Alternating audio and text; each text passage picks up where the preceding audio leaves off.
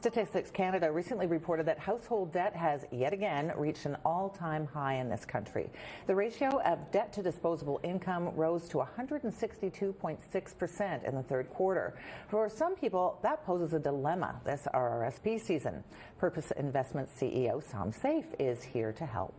All right, so Som, we have a couple of questions that people have sent in, and the first one is, should I pay down debt first or contribute to my retirement savings plan? Well, I mean, this is a big question a lot of people ask every year, and the reality is it really depends. I'm a big believer that you should be doing both over time. So you should make room in your budget to be able to pay down your debt if you have debt, and also make sure you're always allocating money to your savings, your long-term debt savings, your personal savings. And then the real question comes down to what type of debt is a bigger part of it. So if you have low interest rate debt, like we're seeing in today's 2, 3, 4% type of rates, you can definitely see opportunity to have a balance of debt with your investments.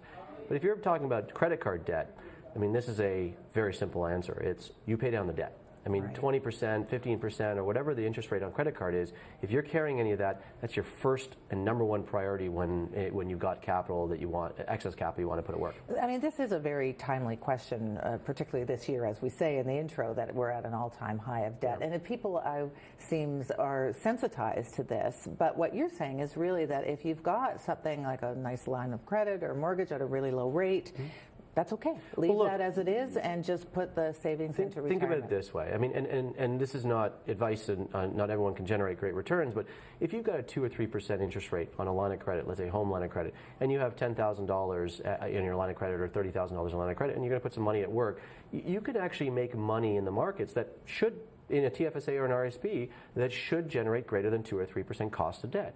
So the reality is that there is a balance. But if the debt is higher, or if we're talking about a significant component of your net worth in debt, I think then the question really becomes more challenging. You really you want to make sure you're allocating and paying down debt over time, because interest rates will rise and rate of returns may get hurt. Does the rate of return for your RSP, what is anticipated for that, does that factor into the decision, or whether you should maybe turn? No question. I mean, if you're putting money, taking debt and putting it into GICs, bad trade, because you're making less than 2% on, or less of the cost of the debt on your return. So don't be silly with it. You got to be really intelligent. If you're going to put the money at work, you got to try to generate a return over and above the cost of debt, and the cost of debt is your interest rate. How does their age figure into this decision? Well, this is going to be important as you start getting into sort of long-term planning. Most people don't want to retire with lots of debt on their books. And I mean, if you're a higher net worth person, you might balance debt because you can generate hopefully better returns, and you might have a good mix, just like a corporation would, of equity and debt in your overall net worth. But if you're not a high net worth person, you generally want to pay off all your debt, your mortgages, everything by the time of retirement. So really what you're doing is you have your savings, and you're living off your savings and any pension or any other benefits you have. Okay. So now the other question is one that always comes up this time of year, which is, how do I decide between contributing to my RRSP or my tax-free savings account? Well, first and foremost, I think it's important that people understand that Canada has one of the most amazing and progressive retirement structures. Between the RSP, the RESP, which is for kids savings, but also the TFSA, I think it's a really powerful thing that people have to recognize. And I'm a big believer that you want to use both. There's always this rule of thumb, well, if you're a high income earner, you use your RSP, and if you're a low income earner, you use your TFSA. And I look at it differently.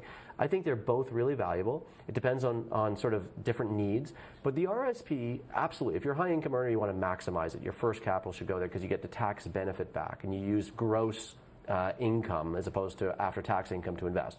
But the bigger reason I like the RSP for everybody is because it's sort of a locked up money. You can't keep going back to it. You can't dip your hand into it and take it if you feel like you need to use money every once in a while. So it forced you to think about retirement and put the money away for long, long times.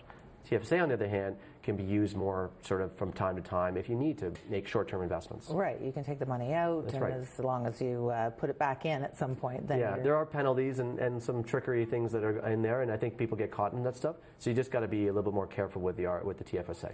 Are there sort of classic candidates for each of those two investment vehicles?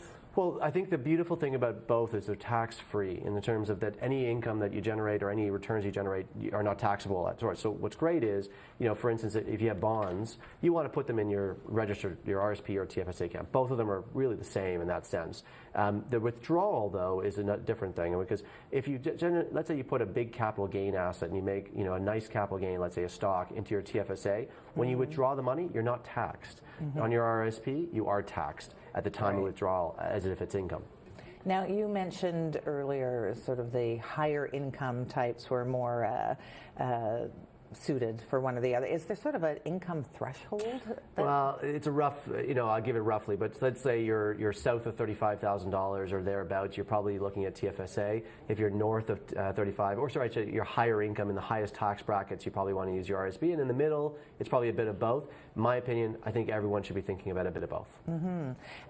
That's one of the things that came out this week was this study saying that Canadians are actually well positioned for retirement, and one of the financial advisors I spoke to at the time said it is, just as you're saying, Som, we have all these wonderful tax investments and a social safety net that whether you've saved or not, you're going to be okay. Did you believe that study? I don't want to believe that, and I'll be quite honest, I think the exact opposite. I think Canadians are in a really difficult place, as are most North Americans and developed market individuals.